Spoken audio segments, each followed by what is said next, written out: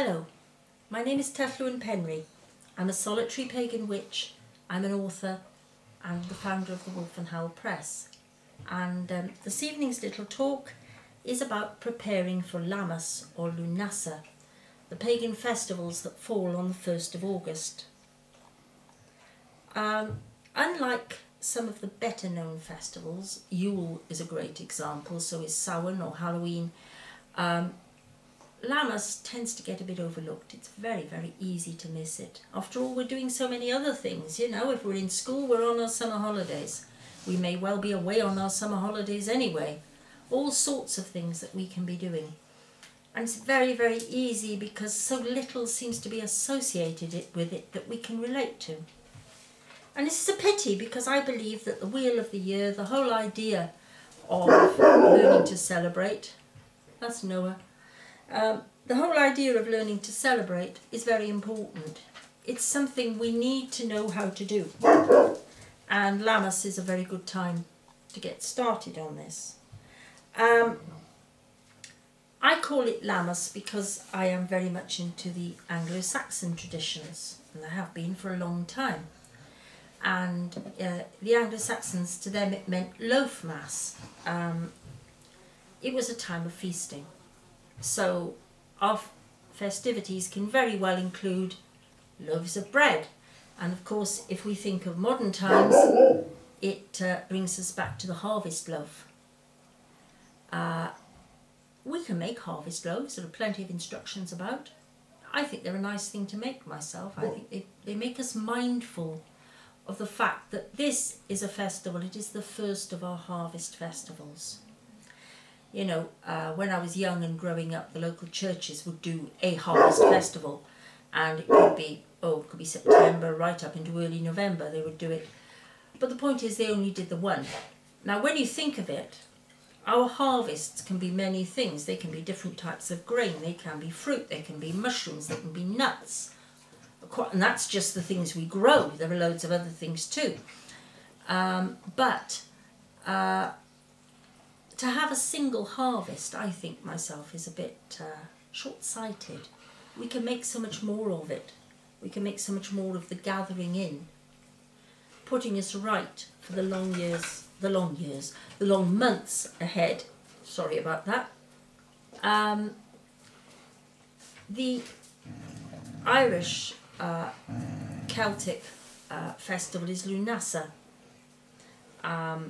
And that's named after the Irish god Lugh, who was a patron of all the skills that humans needed.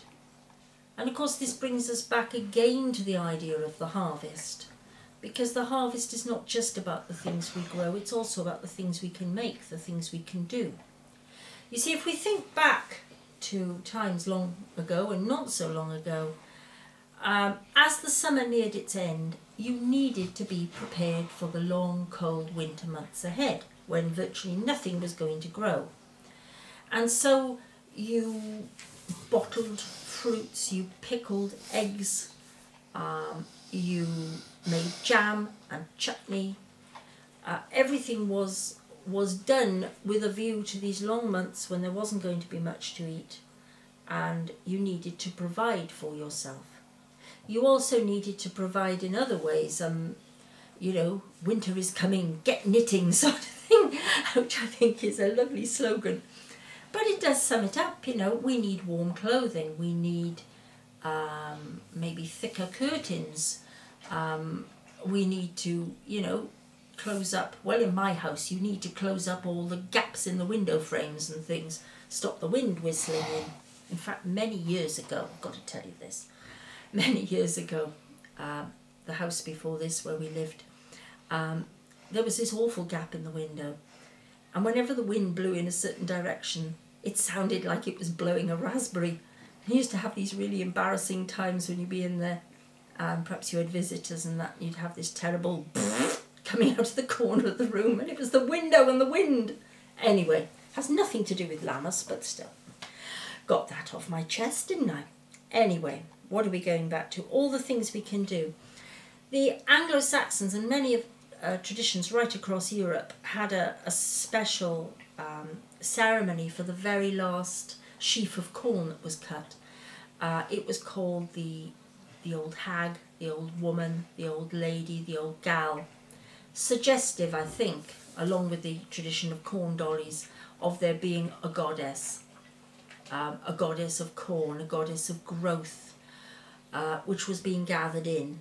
And this is an important thing as well. We honour specific aspects of our deities, the fertility, the abundance, and we give thanks for it, because it's not just us doing the growing. I mean, it's been a good year for everybody else this year, and my potatoes have disappeared. I still haven't found them.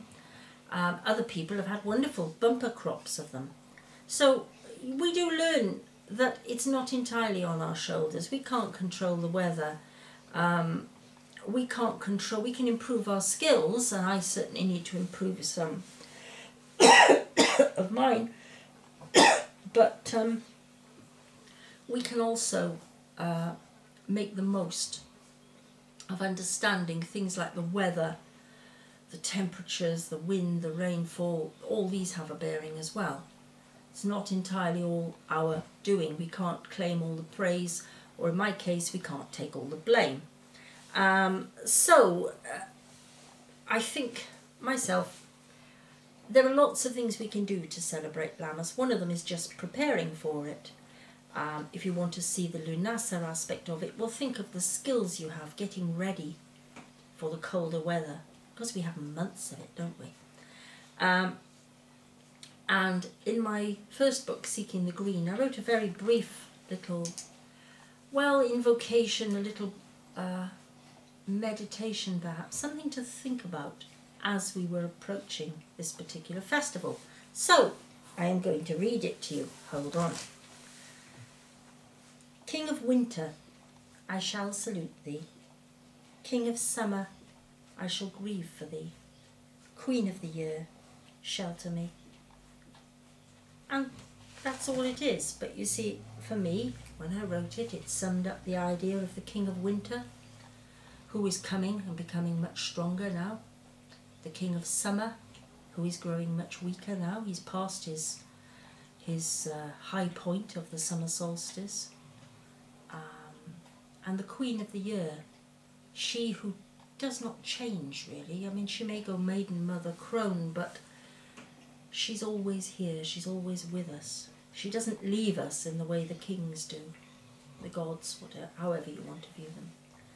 So, Queen of the year, shelter me, look after me no matter what.